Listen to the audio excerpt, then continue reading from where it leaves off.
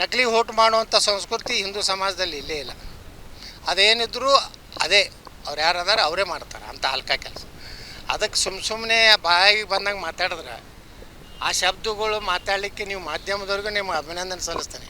ಅಂಥ third rate ನನ್ನ ಮಕ್ಕಳದು ಯಾವುದೂ ನೀವು ಹಾಕೋದಿಲ್ಲ, ಅದಕ್ಕೆ ನಿಮ್ಗೆ ಅಭಿನಂದನೆ. ಯೂಟ್ಯೂಬ್ದಾರ ಅದಾರ ಬಿಡ್ರಲ್ಲ ಫುಟ್ ಎಲ್ಲ ಸಾಬ್ರು ಯೂಟ್ಯೂಬ್ ಅದಾವ ಬಿಜಾಪುರನಾಗ.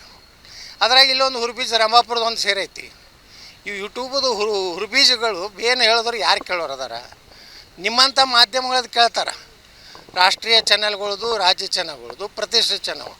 ಅವೇನು ಹುರ್ಬೀಜಗಳು ರೊಕ್ಕ ಕೊಟ್ಕೊಳ್ಳೇನೆ ಬಸವನಗೌಡ ಐಸಾಕಿಯ ವಯಸ್ಸಾಕಿಯ. ಯೋಮ ಹುರ್ಬೀಜ ರಂಭಾಪುರದ ಒಂದು ಹುರ್ಬೀಜ ಐತಲ್ಲ, ಅದು ಅಲ್ಲೇ ಸಾಬ್ರ ಮನೆಗೆ ದರ್ಗಾದಾಗೆ ಯಾವ ಆಸಿಂಪರದಾಗೆ ಹೋಗಿ ಬಿರಿಯಾನಿ ತಿನ್ಕೋತಿರ್ತಾನೆ ನನ್ನ ಮಗ. ಇಂಥ ಯೂಟ್ಯೂಬ್ಗಳಿಂದ ನನಗೇನೂ ಆಗೋದಿಲ್ಲ. ನಾನು ಆ ಶಬ್ದಗಳು ಅವ್ರ ಅಪ್ಪನಂಗೆ ಮಾತಾಡೋಕ್ಕೆ ನನ್ನ ಬಲ್ಲಿ ಭಾಳ ದೊಡ್ಡ ಶಬ್ದಕೋಶ ಐತಿ. ಆದರೆ ಆ ಸ್ಟೇಟಸ್ ಅಲ್ಲ ಅಂತೇಳಿ ಯಾವ ಪಂಚಾಯತಿಗೆ ಆರಿಸಿ ಬರಲಿದೆಯಲ್ಲ, ಇಲ್ಲಿ ಬಂದು ನಮ್ಮ ಹಿಂದೂ ಏರಿಯಾದಾಗ ಇನ್ನು ಏನಾರೆ ಗುಂಡಾಗಿರಿ ಮಾಡೋದು. ನೀ ಅದಕ್ಕೆ ಬರ್ತೀಯಪ್ಪ? ನೀ ಯಾರು? ಈ ನಮ್ಮ ಸಿಬ್ಬಂದಿಗಳನ್ನ ನಮ್ಮ ಜನರ ಕೇಳಿ ನೀ ಯಾರು ಬರ್ತೀವಿ ನಮ್ಮ ಓಣ್ಯಾಗ? ಹಿಂದೂಗಳ ಓಣ್ಯಾಗ ನಿಂದೇನು ಕೆಲಸ ಐತಿ?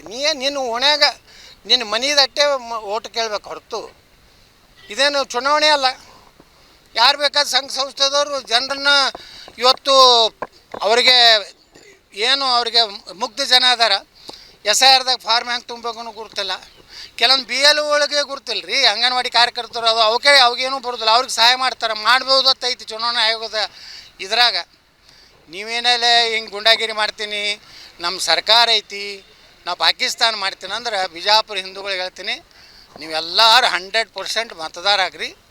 ಈ ಬಿಜಾಪುರ ಯಾವಾಗಲೂ ಹಿಂದೂಗಳ ಕೈಯಾಗಿರ್ಬೇಕು. ಇವರೆಲ್ಲರಿಗೂ ಭಯ ಬಂದದ. ಸುಮಾರು 10-15 ಸಾವಿರ ಬೋಗಸ್ ಸತ್ತವ್ರು ಓಟ್ ಹಾಕೋತ ಬಂದಾರ. ಅದಕ್ಕೆ ಇದೆಲ್ಲ ಕಿತ್ಕೊಂಡು ಹೋಗ್ತದೆ ಅಂತೇಳಿ ವಿಜಯಪುರ ನಗರದಲ್ಲಿ ಈ ರೀತಿ ಒಂದು ನಾಟಕ ನಡೆದ. ನೋಡ್ರಿ, ಈಗ ಇದರಾಗ ಬಾಂಗ್ಲಾದೇಶಿಯರು ಎಷ್ಟು ಅದಾರ, ಮತ್ತೆಲ್ಲೆಲ್ಲಿ ಇಲ್ಲಿ ನೋಡ್ರಿ. ಇವತ್ತು ಪಾಕಿಸ್ತಾನದವ್ರು ಮೂಲದವ್ರು ಸಿಗ್ಲಾಕತ್ತಾರೆ, ಇಲ್ಲಿ ಕರ್ನಾಟಕದಲ್ಲಿ ಬಾಂಗ್ಲಾದವ್ರು ಸಿಗ್ಲಾಕತ್ತಾರೆ, ಇಲ್ಲೂ ಅದಾರ.